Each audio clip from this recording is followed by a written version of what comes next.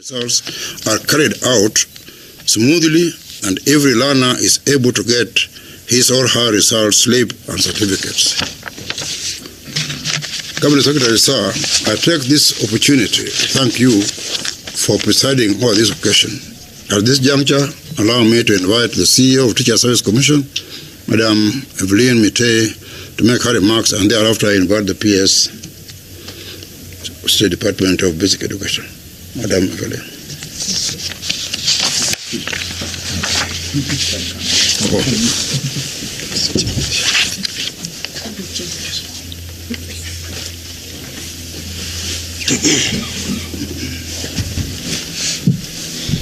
The Cabinet Secretary for Education, Honorable Julius Migos Ogamba, our Principal Secretary, Ambassador Professor Julius Bitok, the Chairperson of the Kenya National Examination Council, Professor Julius Nyabundi, my colleague CEO, NEC, fellow NEC Council members, senior officers from the Ministry of Education, the Teacher Service Commission, and NEC, members of press, ladies and gentlemen, good afternoon.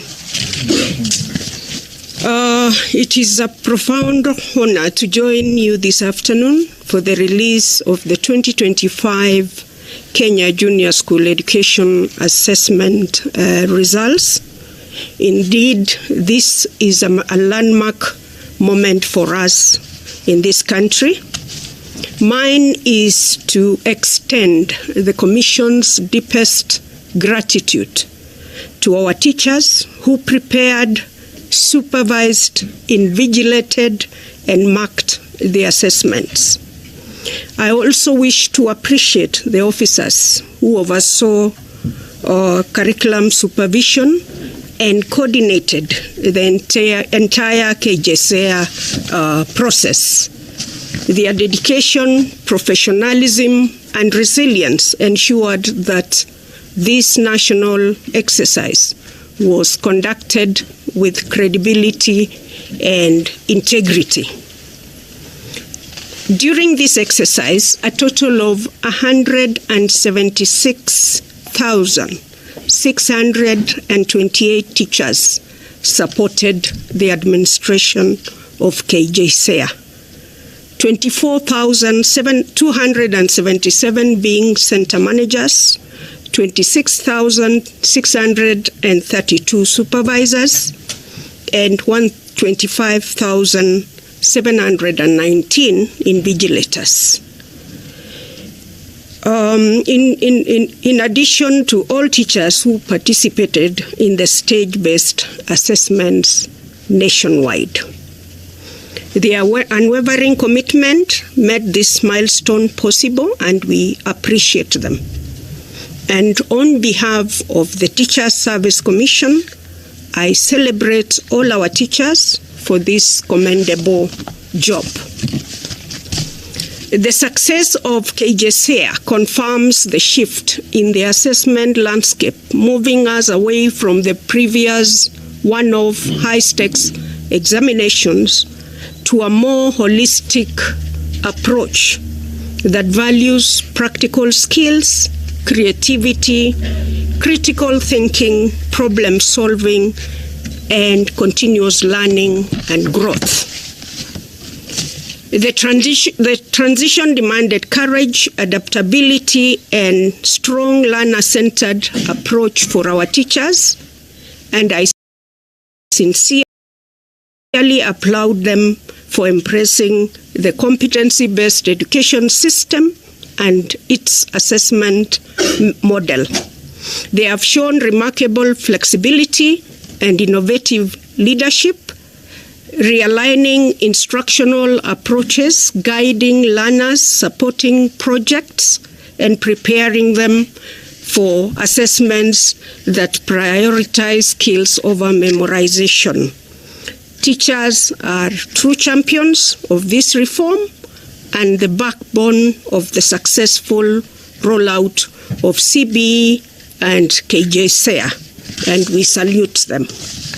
I wish to assure the country that our teachers are ready and prepared to receive the grade 10 learners in senior school. Retooling of teachers for senior school is ongoing, and once we complete, the teachers are ready to take up the learners that are transitioning to senior school. As I conclude, allow me to thank everyone again for participating in the 2025 Kjsea, the teachers, the parents, the officers, the multi-agency stakeholders, and all those who prepared our learners.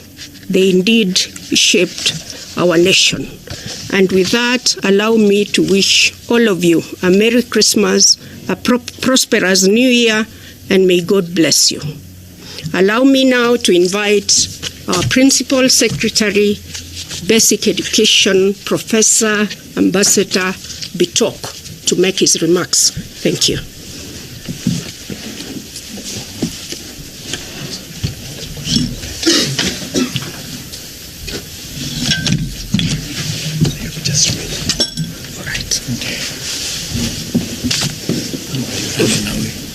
No, I wanted to give him.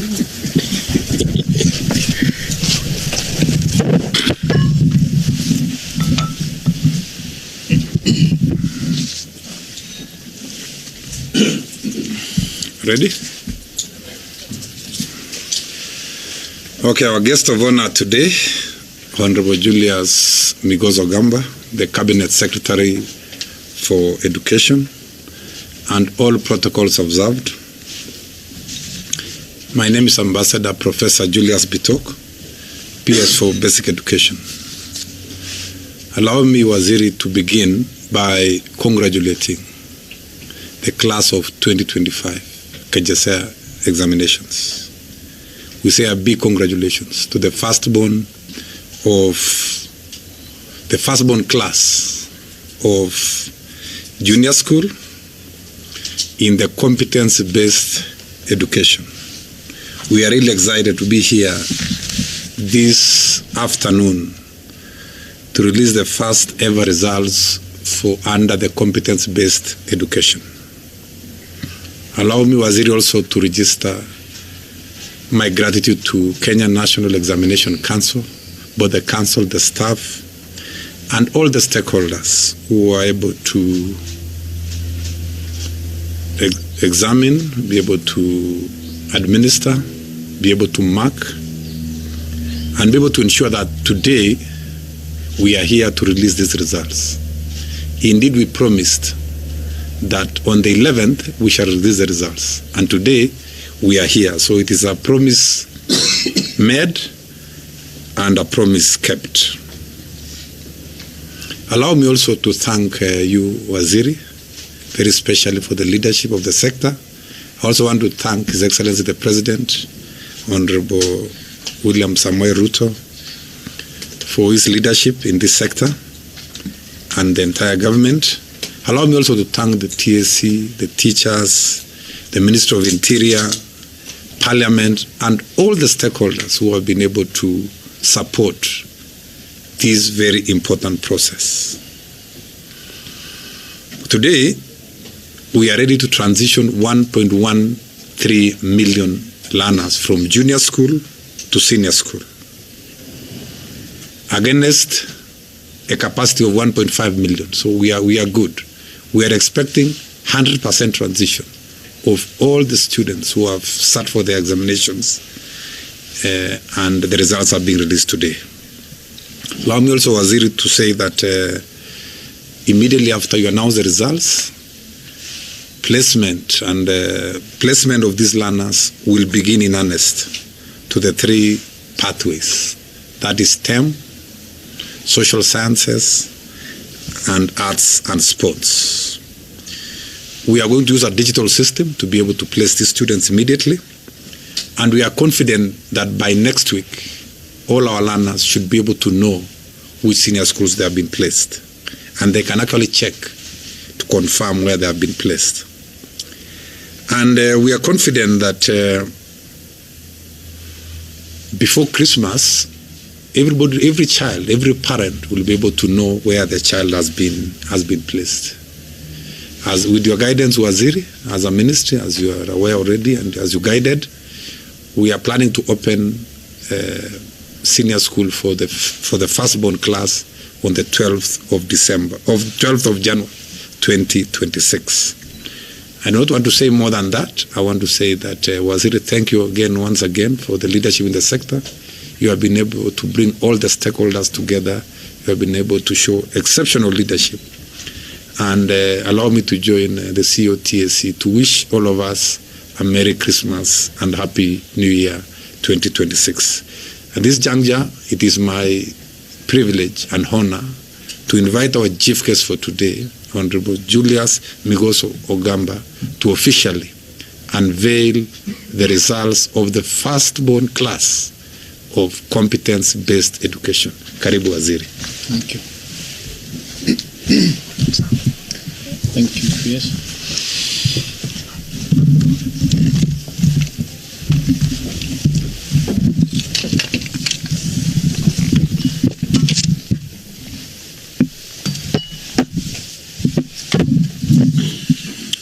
Thank you. Thank you very much. The Principal Secretary, State Department for Basic Education, Ambassador Professor Julius Bitok, the Chairperson of the Kenya National Examinations Council, Professor Julius Nyabundi, the Chief Executive Officer of the Kenya National Examinations Council, Dr. David Njengere, the Chief Executive Officer of the Teachers Service Commission, Madam Evelyn Mitei, distinguished guests, ladies and gentlemen, members of the press, good afternoon. Good afternoon again.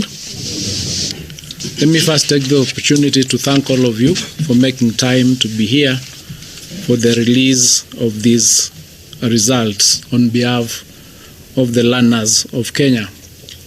I'm honored to speak to you today as we mark the successful completion of the first cohort of the competency-based education learners from junior school. This is a milestone that ushers in significant transformation as we continue to progressively implement the competency-based education system. As you will recall, the government commenced the implementation of the competency-based education system in 2017. The CBE follows the structure of 2 years in pre-primary, 6 years in pre-primary school, and 3 years in junior school, and another 3 years in senior school. CBE is a transformative educational framework designed to equip our learners with the skills, values, and attitudes necessary to thrive in the 21st century.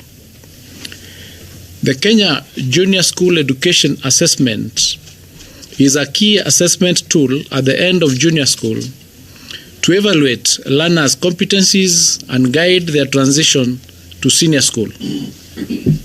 The assessment is a significant milestone in the implementation of the competency-based education. This assessment goes beyond what you know as traditional examinations. It focuses on identifying learners' strengths, aptitudes, and interests, ensuring that every child is placed in an environment where they can excel and realize their full potential. The purpose of Kjsea is threefold. Number one, it is to evaluate the learner's achievements of competencies acquired during junior school. Number two, it is to provide feedback for placement into senior school pathways, the STEM, the arts and sports science, and social sciences. And number three, it is to support progression and planning aligned with learners' strengths and interests. The Kjsea summative assessment consists of written papers and dry practicals or projects.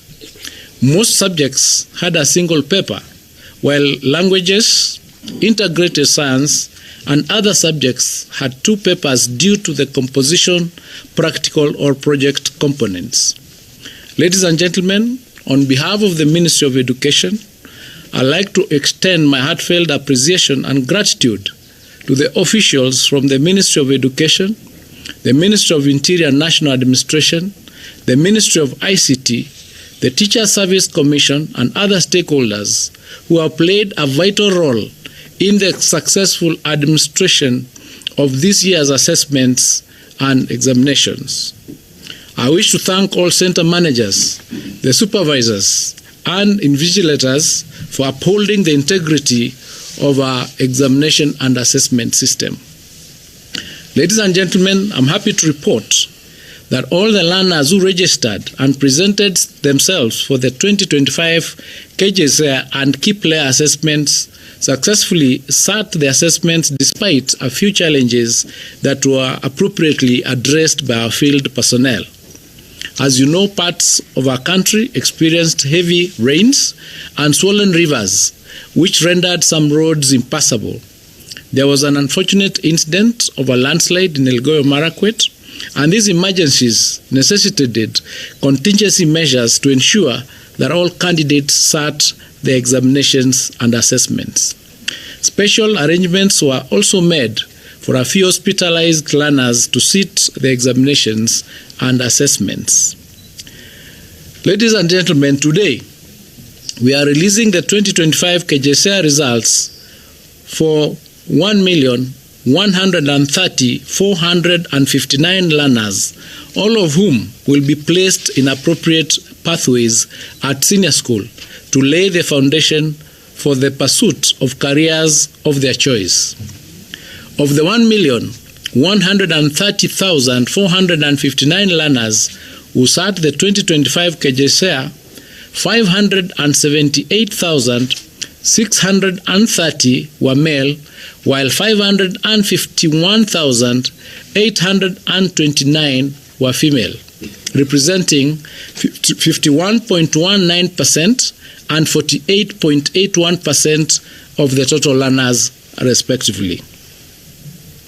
The counties that registered the highest number of learners for Kjsea were as follows: Nairobi, 71,022; Kakamega, 59,384; Nakuru, 54,028. 41 counties had a significant entry of more male than female candidates, while Mombasa County is the only county that achieved a gender parity of 50% proportion for male and female learners. The 5 counties of Isiolo, Nairobi, Samburu, Marsabit, and West Pokot had a significant entry of more female than male candidates. Ladies and gentlemen, the majority of the learners who sat for the 2025 Kjsea, that is 642,620 learners, which is 56.84%, were within the appropriate age range of 14 to 15 years. The number of underage learners, that is 13 years and below, stood at 35,270, which is 3.12%, while those aged 16 and 17 years were 415,059, making 36.71%. Learners aged over 18 years and above, these are adults, were 37,638, constituting 3.33% of the candidature. Kilifi County recorded the highest proportion of overage learners, that is, those aged 16 and above, at 64.90%, followed by Kwale at 64.78%, Garissa 63.38%, Taita Taveta 62.06%, and Mandera at 62.05%. Baringo County had the highest percentage of underage learners, that is, learners aged 13 years and below, at 10.10%, followed by Bomet 7.56%, Marsabit 7.48%, Narok 7.28%, and Kericho 7.25%. Ladies and gentlemen, from the inception of the competency-based assessment, the reporting of learners' performance uses performance levels of exceeding expectation, meeting expectation, approaching expectation, and below expectation. The metric on grading at Kjsea has taken a similar approach, with each level being further divided into two, hence an 8-point scale.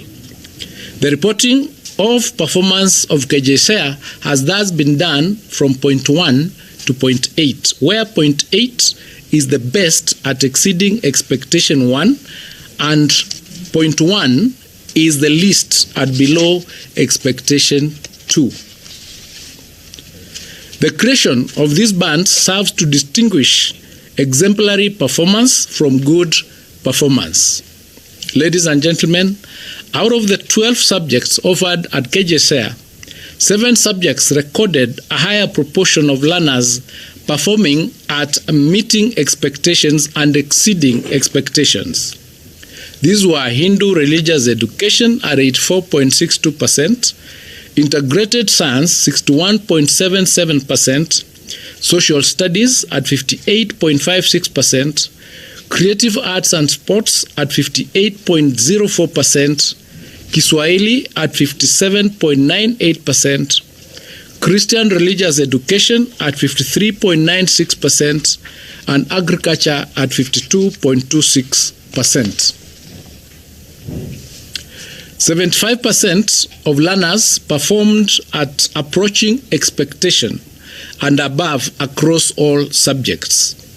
Creative arts and sports registered the strongest performance, with 96.84% of learners attaining approaching expectations and 2 above, followed by agriculture at 96.2%, Kiswahili at 93.11%, and social studies at 92.93%. An approaching expectation grade is sufficient for learners to progress to senior school pathways that require basic competencies in the subject areas.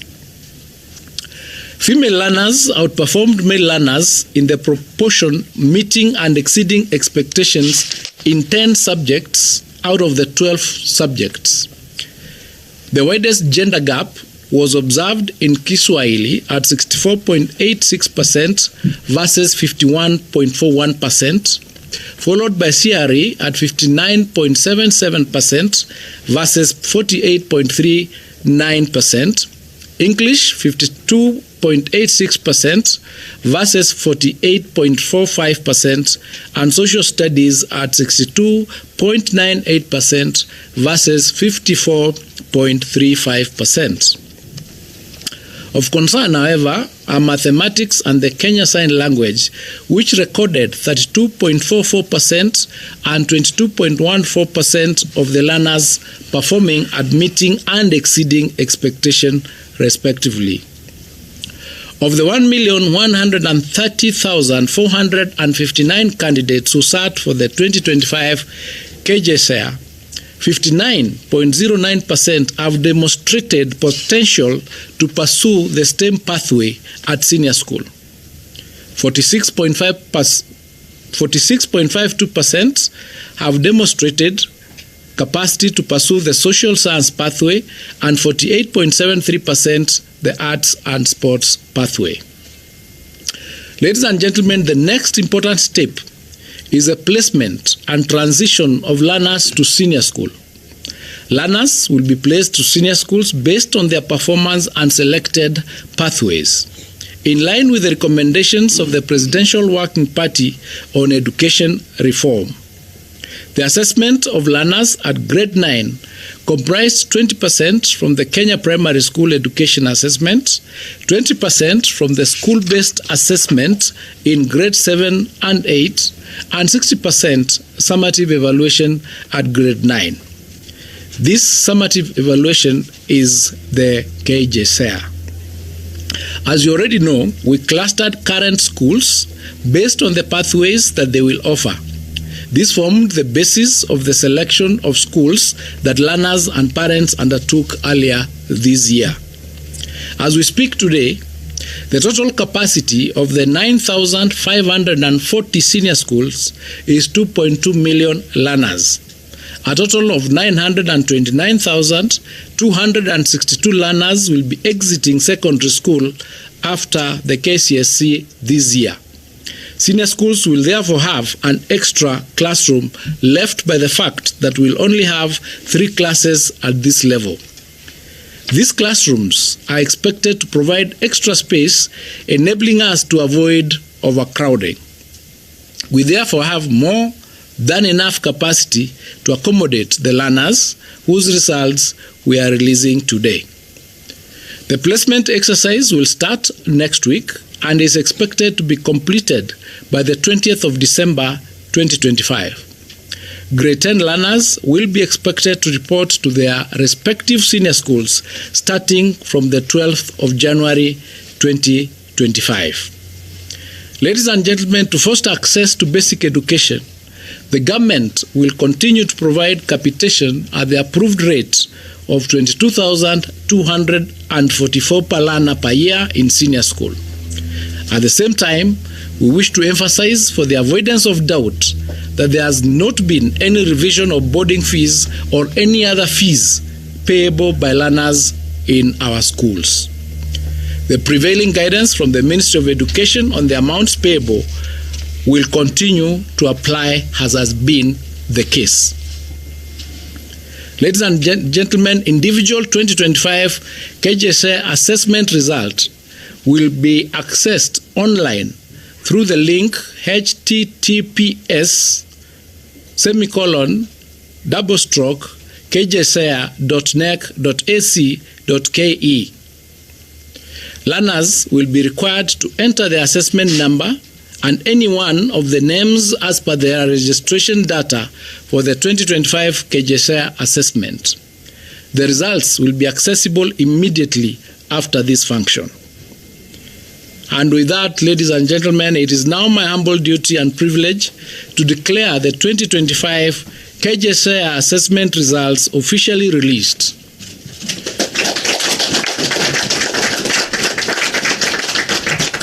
And I wish all the learners and their families success in their future endeavors.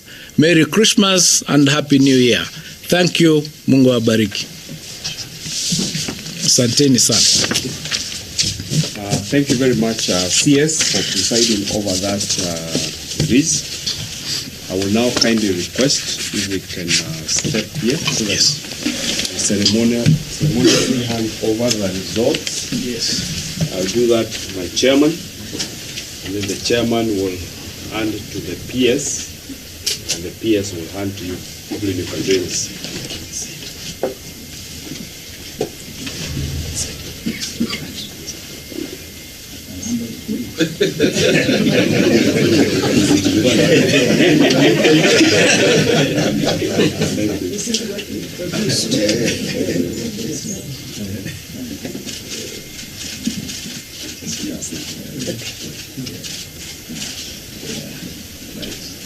Thank you.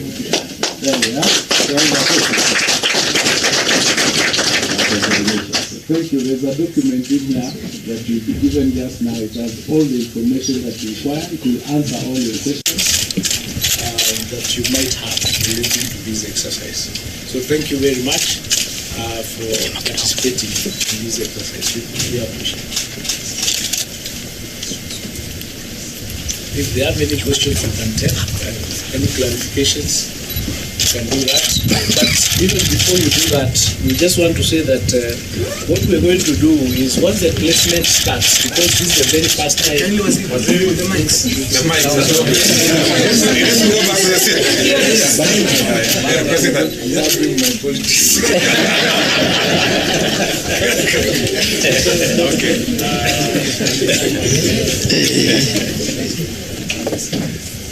So as we take our seats, I also want to announce that NEC has its call center open. The call center will be open 24 hours, and all candidates or parents who have any queries, please feel free to call the toll-free lines, and it is 0800-724-900 or 0800-721-410. So in case you have any query, please call that. It's a toll-free line, and there will be a NEC officer to answer your questions. Thank you. Just as part of housekeeping, Waziri, we are requesting that we ask Waziri 3 questions. And let us stick to the agenda of the day, which is release of Kjsea 2025 examination. So I'm requesting that 3 different media stations listen, three persons, so that we don't have to repeat, so that we just ask questions and let's be brief, kindly. So I was just saying before you ask the questions that because this is the very first time we're going to do this placement, once the portal opens and the process is being done, we'll keep it open so that if there are any questions, like we've indicated, any challenges that the students might come across or the parents, any parent or learner who might feel that it's been placed in the wrong pathway or in the wrong school and wish to transfer or change, that space is available for the next 2 weeks. And even after they join in January, we will be able to keep it open so that we ensure that each and every question and every challenge is addressed and each and every learner has been taken care of to their best interest and to their satisfaction. So we are here alive to the fact that this being the very first time, there could be hiccups here and there, but the teams that we've set up is available to attend to those challenges to the satisfaction of all the learners and their parents. Yes, please. My name is Emily Chebet from Citizen TV. The question I have is that this is the first time that we were interacting with this system.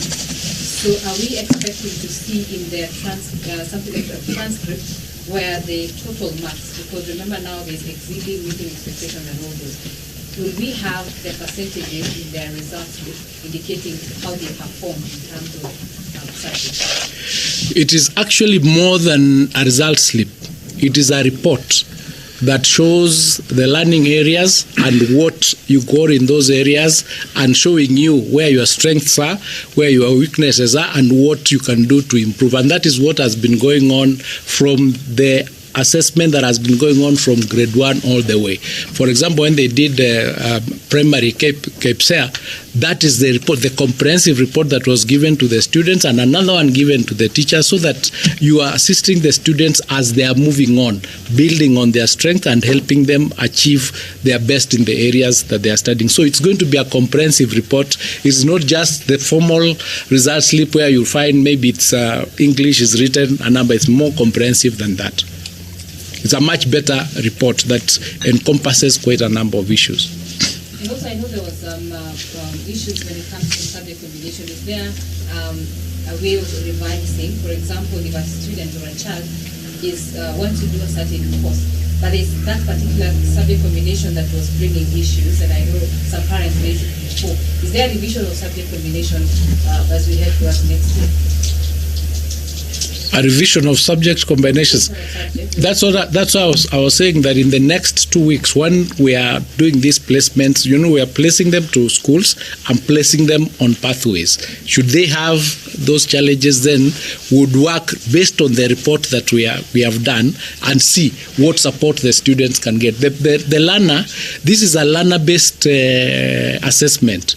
The learner takes the first place in whatever decision that we are going to make. During the formulation of the guidelines, there was talk on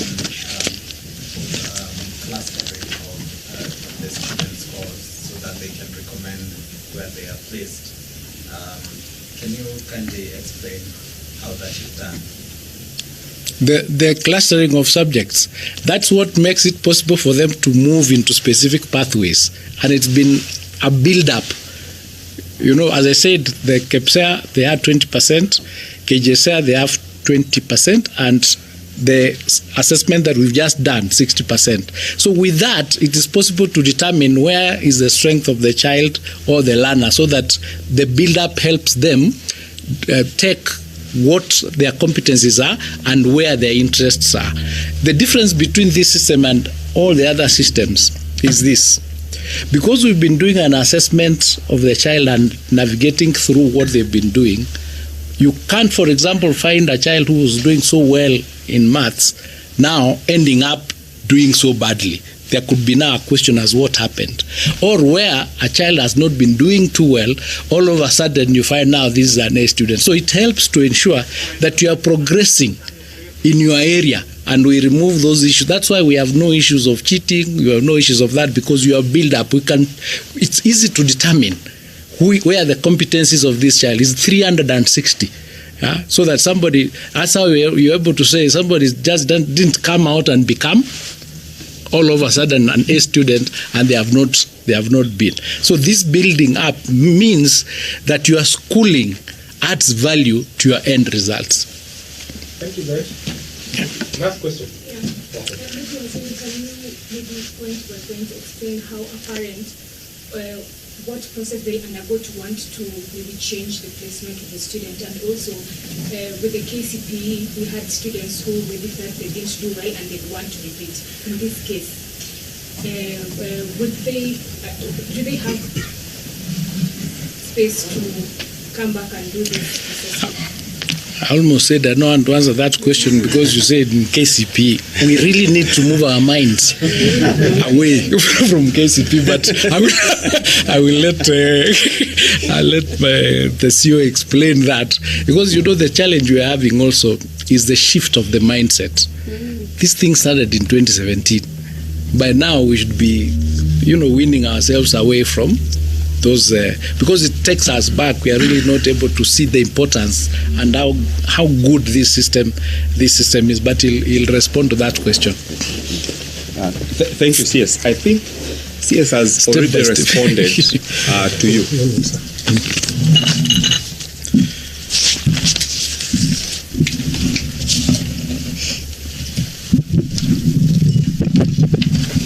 Thank you, CS.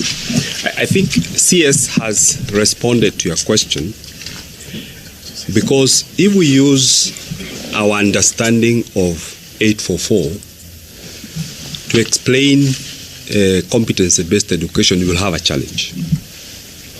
In the first place, in 844, when the child was leaving class 8 and therefore sat KCPE, and they were moving to secondary school in Form 1, all the learners were studying the same subjects in Form 1.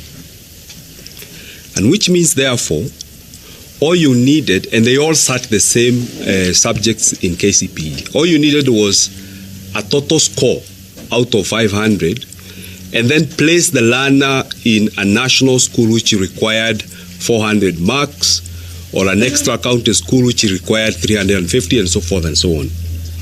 In the competency-based education, the child is moving to senior school to specialize in an area. Therefore, they don't need this aggregated score. What they need is to know, what is my strength in the subjects that I'm going to pursue in senior school. Now, the question about repeating. The child has sat for Kjsea in grade 6. They have been assessed in grade 7, an SBA. They were assessed in grade 8, an SBA. They were assessed again in grade 9.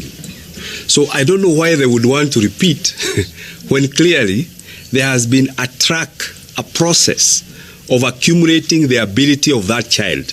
And since the spirit of these reforms is to nurture every learner's potential, everyone has an opportunity in senior school to specialize in the area where they are good at. So I don't think it would be fair to keep the child again in grade 9, and yet they had already demonstrated their abilities for over a long period of time. That would be my response to that, CS. Thank you. And the PS has something to say. Maybe you can move on.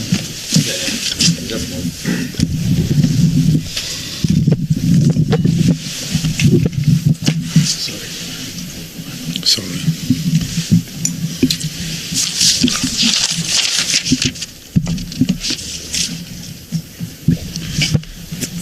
Thank you very much, Waziri, for that clarification. I needed to add a voice to the issue of placement, that as we may be aware, all the 1.13 students have been given an opportunity, starting from May this year, to select the 12 schools of choice. So selection has already been done. The next thing, after these results now have been released, is placement. We place the students to the schools that they have selected. And for us to be able to place these students equitably, we have adopted the CRA formula of revenue allocation to be able to distribute as fairly as possible students from across all counties in all the 4 categories of schools. That is Cluster 1 schools, Cluster 2 schools, Cluster 3 schools, and Cluster 4 schools. So that formula, as you are aware, takes care of the population, the size, poverty, and such other components. So that is the formula we have adopted, so that we are as fair as possible, so that a child from northern Kenya can be able to access or get an opportunity, same as a child in maybe western, to join a school in Nairobi or any part of the country. And our position is, by next week, all the students should have known where they have been placed, after which we shall have a 5 days window for revision if they want to revise, based on maybe changing preferences, consultations with parents and relatives, and so on. We shall give them a room. We shall give them a room of 5 days to make revision, just like the way COOPS gives opportunity to university students to revise their choices. We shall give learners an opportunity to revise their choices based on the results that we have released today. So the process will be seamless, and we are hoping that by Christmas, every learner should know which senior school they are joining. And by 12th of January 2026, we expect all these learners to report to school. And our expectation is 100% transition. Every child will get an opportunity to move to the next level. Why are we saying so? We have 1.1 million learners against 1.5 million declared positions in senior school. So we have 400,000 extra spaces in senior school. So we don't expect any problem at all in terms of 100% transition. Thank you, Wazir. Thank you.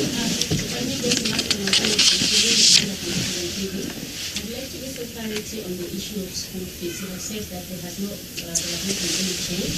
So maybe just give us exact figures parents should be expected to pay when the learners go to school in January. The short answer to that is the school fees remains the same as it has always been. We have not changed it. But the categorization there was reports that also... No, there is no change. That's, the Alliance High School is still Alliance High School, whether we call it Category 1 or a national school. The fact that we've changed the name doesn't change the fees. The fees remains the same. Thank you. Thank you, sir. With your permission, may I ask Ahmed Mutanga to say the final prayer as we depart? Mutanga? Yes. Bismillahirrahmanirrahim. Ya Allah, we thank you for the journey that we have walked from the inception of the CBE system, this grand transition that we have witnessed today. We are thankful for your grace that you have enabled us to witness this day.